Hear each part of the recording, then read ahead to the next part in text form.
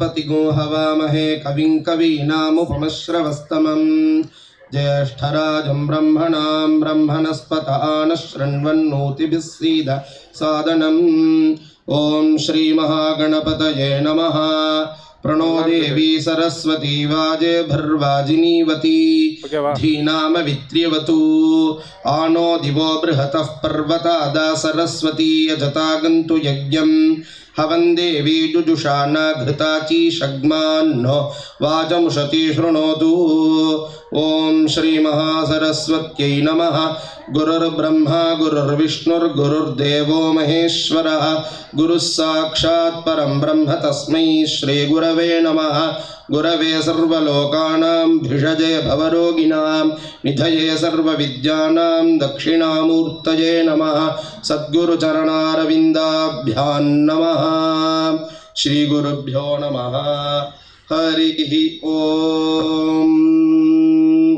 भद्रं कर्णेभिः शृणुयाम देवाः भद्रं पश्येमाक्षभिर्यजत्राः स्थिरैरङ्गैस्तुष्टुवागुंसस्तनूभिः व्यशेम देवहितं यदायुः। स्वस्ति न इन्द्रो वृद्धश्रवाः स्वस्ति नः पूषा विश्ववेदाः स्वस्ति नस्तार्क्ष्यो अरिष्टनेमिः स्वस्ति नो बृहस्पतिर्दधातु। ओं शान्तिः शान्तिः शान्तिः। भद्रं कर्णेभिः शृणुयाम देवाः भद्रं पश्येमाक्षभिर्यजत्राः स्थिरैरङ्गैस्तुष्टुवागुंसस्तनूभिः व्यशेम देवहितं यदायुः। स्वस्ति न इन्द्रो वृद्धश्रवाः स्वस्ति नः पूषा विश्ववेदाः स्वस्ति नस्तार्क्ष्यो अरिष्टनेमिः स्वस्ति नो बृहस्पतिर्दधातु। आपमापामपः सर्वाः अस्मादस्मादितो मुतः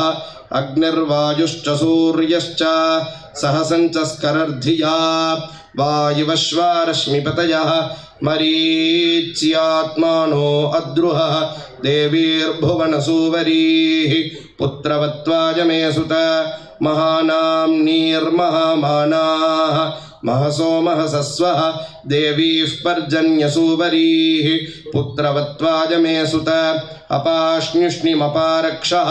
अपाश्न्युष्णिमपारघम् अपाघ्रामपचावर्तिम् अपदेवीरितोहिता वज्रं देवीरजीतागिश्च भुवनं देवसूवरीः आदित्यानदितिं देवीं योनिनोर्ध्वमुदीशत शिवानः शन्तमा भवन्तु। दिव्या आपवोषधयः सुमृडीका सरस्वती माते व्योमसन्दृशी स्मृतिः प्रत्यक्षमैतिह्यम् अनुमानश्चतुष्टयम् एतैरादित्यमण्डलं सर्वैरेव विधास्यते। सूर्यो मरीचिमा दत्ते सर्वस्माद्भुवनादधि तस्याः पाकविशेषेण स्मृतं कालविशेषणं नदीव प्रभवात् काचित् अक्षय्यात्स्यन्दते यथा तान्नद्योऽभिसमायन्ति सोरुः सती न निवर्तते। एवं नानासमुत्थानाः कालाः संवत्सरग्श्रिताः अनुषश्च महसश्च सर्वे समभयन्त्रितं सतैः सर्वैः समाविष्टः ऊरुः सन्न निवर्तते। अधिसंवत्सरं विद्यात् तदेव लक्षणे अनुभिश्च महद्भिश्च समारूढः प्रदृश्यते। संवत्सरः प्रत्यक्षेण नाधिसत्त्वः प्रदृश्यते। पटरो विक्लिधः पिङ्गः एतद्वरुणलक्षणं यत्रैतदुपदृश्यते सहस्रं तत्प्रणीयते। एकगुंहि शिरो नानामुखे कृत्स्नं तदृतुलक्षणम् उभयतः सप्तेन्द्रियाणि जल्पितं त्वेव दिह्यते। शुक्लकृष्णे संवत्सरस्य दक्षिणवामयोः पार्श्वयोः तस्यैषा भवति। शुक्रन्ते अन्यद्यजतन्ते अन्यत् विषुरूपे अहनीद्यौरिवासि विश्वाहि माया तवसि स्वधावः भद्राते पूषन्निहरातिरस्त्विति। नात्र भुवनं न पूषा न पशवः नादित्यः संवत्सर एव प्रत्यक्षेण प्रियतमं विद्यात्। एतद्वै संवत्सरस्य प्रियतमगुं रूपं योऽस्य महानर्थ उत्पत्स्यमानो भवति इदं पुण्यं कुरुष्वेति तमाहरणं दद्यात् साकञ्जानागुं सप्तथमाहुरेकजं षडुद्यमा ऋषयो देवजायिति तेषामिष्टानि विहितानि धामशः स्थात्रे रेजन्ते विकृतानि रूपशः कोणुमर्या अमिथितः सखा सखायमब्रवीत् जहाको अस्मदीशते यस्तित्याजसखिविदगुं सखायं न तस्य वाच्यपि भागो अस्ति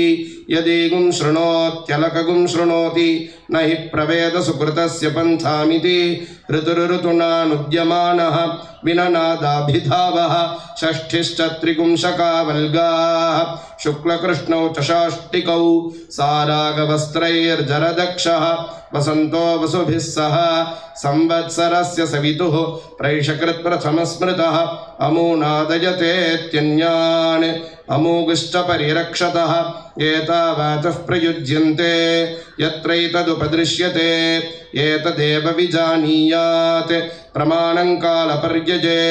विशेषणं तु वक्ष्यामः ऋतूनां तन्निबोधत शुक्लवासा रुद्रगणः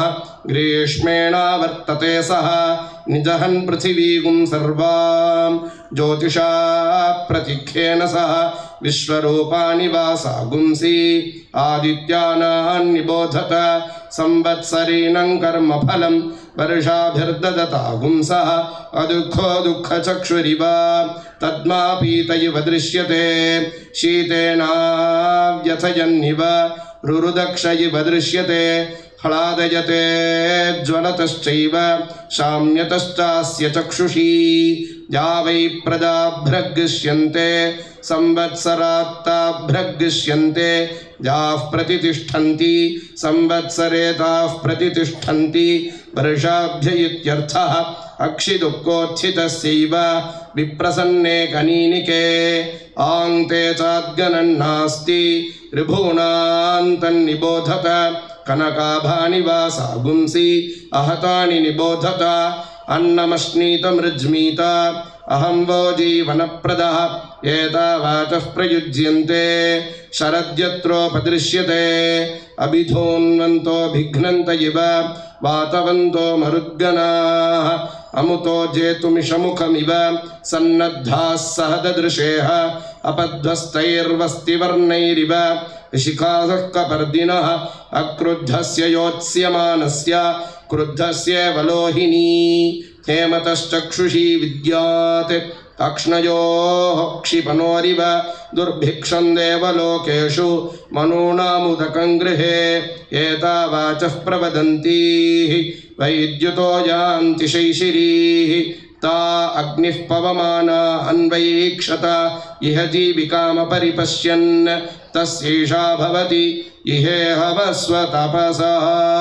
भद्रं दधातु ॐ शान्तिः शान्तिः शान्तिः शन्नो मित्रः शं वरुणः शन्नो भवत्वर्यमा शन्न इन्द्रो बृहस्पतिः शन्नो विष्णुरुक्रमः नमो ब्रह्मणे नमस्ते वायो त्वमेव प्रत्यक्षं ब्रह्मासि त्वमेव प्रत्यक्षं ब्रह्म वदिष्यामि ऋतं वदिष्यामि सत्यं वदिष्यामि तन्मामवतु तद्वक्तारमवतु अवतु माम् अवतु वक्तारम् ॐ शान्तिः शान्तिः शान्तिः शन्नो मित्रः शं वरुणः शन्नो भवत्वर्यमा शन्न इन्द्रो बृहस्पतिः शन्नो विष्णुरुक्रमः नमो ब्रह्मणे नमस्ते वायो त्वमेव प्रत्यक्षं ब्रह्मासि त्वामेव प्रत्यक्षं ब्रह्मावादिशं ऋतमवादिशं सत्यमवादिशं तन्मामावीत् तद्वक्तारमावीत् आवीन्माम् आवीद्वक्तारम् ॐ शान्तिः शान्तिः शान्तिः सहना भवतु सहनौ भुनक्तु सह वीर्यङ्करवावहै तेजस्विनावधीतमस्तु मा विद्विषावहै ॐ शान्तिः शान्तिः शान्तिः नमो वाचे याचोदिता याचानुदिता तस्यै वाचे नमो नमो वाचे नमो वाचस्पतये नमः ऋषिभ्यो मन्त्रकृद्भ्यो मन्त्रपतिभ्यो मामृषयो मन्त्रकृतो मन्त्रपतयः परादुर्वाहमृषीन् मन्त्रकृतो मन्त्रपतीन् परादां वैश्वदेवीं वाचमुद्यासगुं शिवामदस्ताञ्जुष्टां देवेभ्यः शर्म मेद्यौ शर्म पृथिवी शर्म विश्वमिदं जगत् शर्म चन्द्रश्च सूर्यश्च शर्म ब्रह्म प्रजापति भूतं वदिष्ये भुवनं वदिष्ये तेजो वदिष्ये यशो वदिष्ये तपो वदिष्ये ब्रह्म वदिष्ये सत्यं वदिष्ये तस्मा अहमिदमुपस्तरणमुपस्तरणमुपस्तरणं मे प्रजायै पशूनां भूयादुपस्तरणमहं प्रजायै पशूनां भूयासं प्राणापानो मृत्योर्मापातं प्राणापानो मामाहासिष्टं मधुमनिष्ये मधुजनिष्ये मधुवक्ष्यामि मधुवदिष्यामि मधुमतीं देवेभ्यो वाचमुद्यासगुं शुश्रूषेण्यां मनुष्येभ्य स्तम्मा देवा अवन्तु शोभायै पितरोऽनुमदन्तु ॐ शान्तिः शान्तिः शान्तिः तत्संयोरावृणीमहे गातुं यज्ञाय गातुं यज्ञपतये देवी स्वस्तिरस्तु नः स्वस्तिर्मानुषेभ्यः ऊर्ध्वञ्जिगातु भेषजं शन्नो अस्तु द्विपदे शञ्चतुष्पदे ॐ शान्तिः शान्तिः शान्तिः शन्नो वातः पवतां मातरिश्वा शन्नस्तपतु सूर्यः अहानिशं भवन्तु नः शगुं रात्रिः प्रतिधीयतां समुषानो व्युत्सतु समादित्य उदेतु नः शिवा नश्यन्तमा भव सुमृडीका सरस्वती माते व्योमसन्दृशी इडायैवास्तु शिवास्तु मद्वास्तु मन्तो भूयास्म मा वास्तोच्छित्स्मह्यवास्तु स भूया योऽस्मान् वेष्टियं च वयं विष्मः प्रतिष्ठासि प्रतिष्ठावन्तो भूयास्म मा प्रतिष्ठायाश्चित्स्मह्य प्रतिष्ठः स भूया योऽस्मान् द्वेष्टियं च वयं विष्मः आवातवाहि भेषजं विवातवाहि यद्रपः त्वगो हि विश्वभेषजो देवानां दूत ईयसे द्वाविमौ वातौ वातः सिन्धोरापरावतः दक्षं मे अन्य आवातु परान्यो वातु यद्रपः यददो वातते गृहे मृतस्य निधिर्हितः ततो नो देहि दीवसे ततो नो देहि भेषजं ततो नो मह आवह वात आवातु भेषजं शम्भोर्मजो भोर्नो हृदे प्रण आयुगुंषि तारिषत् इन्द्रस्य गृहोऽसि तन्त्वा प्रपद्ये स गुस्साश्वः सह यन्मे अस्ति तेन भूः प्रपद्ये भुवः प्रपद्ये सुवः प्रपद्ये भूर्भुवः सुवः प्रपद्ये वायुं प्रपद्येनार्तां देवता प्रपद्ये श्मानमाखनं प्रपद्ये प्रजापतेर्ब्रह्मकोशं ब्रह्म प्रपद्य ॐ प्रपद्ये अंतरिक्षम् उर्वन्तरं बृहदग्नजः पर्वताश्च यजावातः स्वस्त्या स्वस्तिमान्तया स्वस्त्या स्वस्तिमानशानि प्राणापानो मृत्योर्मापातं प्राणापानौ मामाहासिष्टं मयि मेधां मयि प्रजां मय्यग्निस्तेजो दधातु मयि मेधां मयि प्रजां मयीन्द्र इन्द्रियं दधातु मयि मेधां मयि प्रजां मयि सूर्यो भ्राजो दधातु द्युभिरक्तुभिः परिपातमस्मानरिष्टेभिरश्विना सौभगेभिः तन्नो मित्रो वरुणो मामहन्तामदितिः सिन्धुः पृथिवी उत द्यौः कयानश्चित्र आभुवदूती सदा वृधः सखा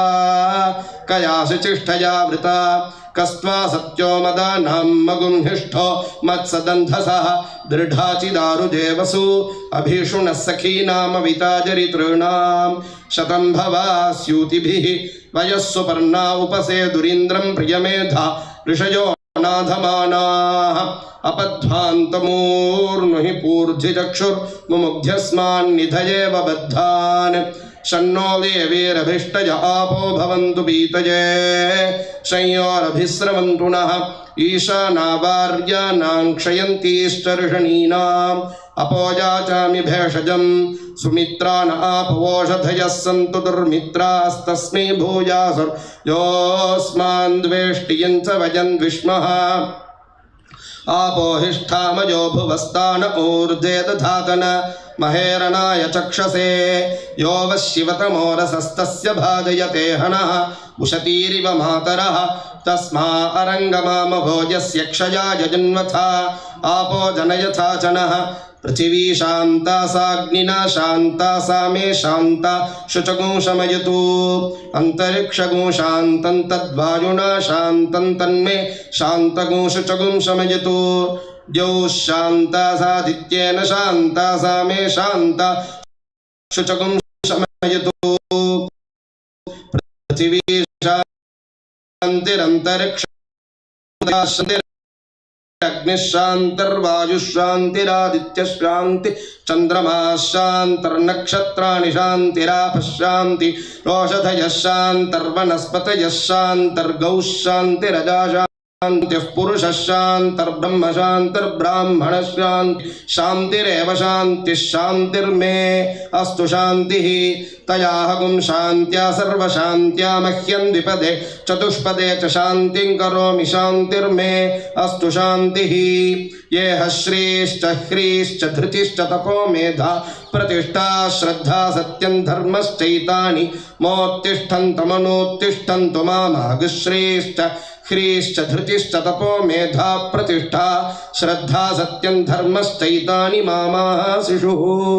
उदायुषा स्वायुषो दोषधीनागुं रसेनोत्तर्जन्यस्य शुष्मेणोदस्था ममृतागुम् अनु तच्चक्षुर्देवहितं पुरस्ताच्चुक्रमुच्चरत् पश्येम शरदः शतं जीवेम शरदः शतं नन्दाम शरदः शतं मोदाम शरदः शतं भवाम शरदः शतगुं शरणवाम शरदः शतं प्रब्रवाम शरदः शतमतीतास्याम शरदः शतं जियोक्च सूर्यं दृशे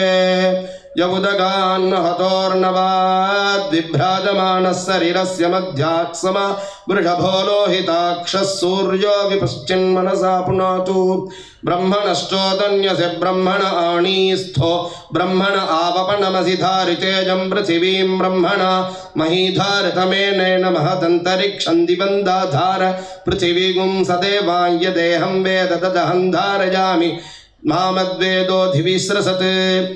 मेधामनीषेमा विशतागुं समीची भूतस्य भव्यस्यावरुद्ध्यै सर्वमायुरयानि सर्वमायुरयाणि आभिर्गेर्भर्यदतो नवोणमाप्याजय हरिवो वर्धमानः यदा स्तोतृभ्यो महिगोत्रा रुजासि भूयिष्ठभाजो अथ ते स्यामा ब्रह्म प्रावादिष्पतन्नो मासीत् ॐ शान्तिः शान्तिः शान्तिः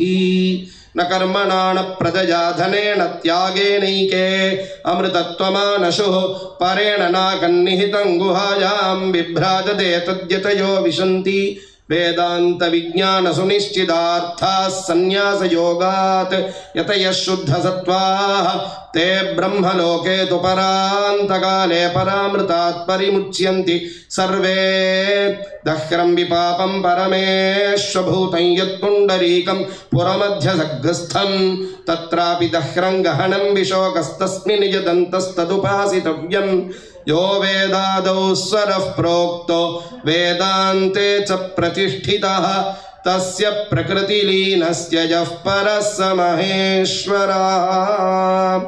हरिः ओम्।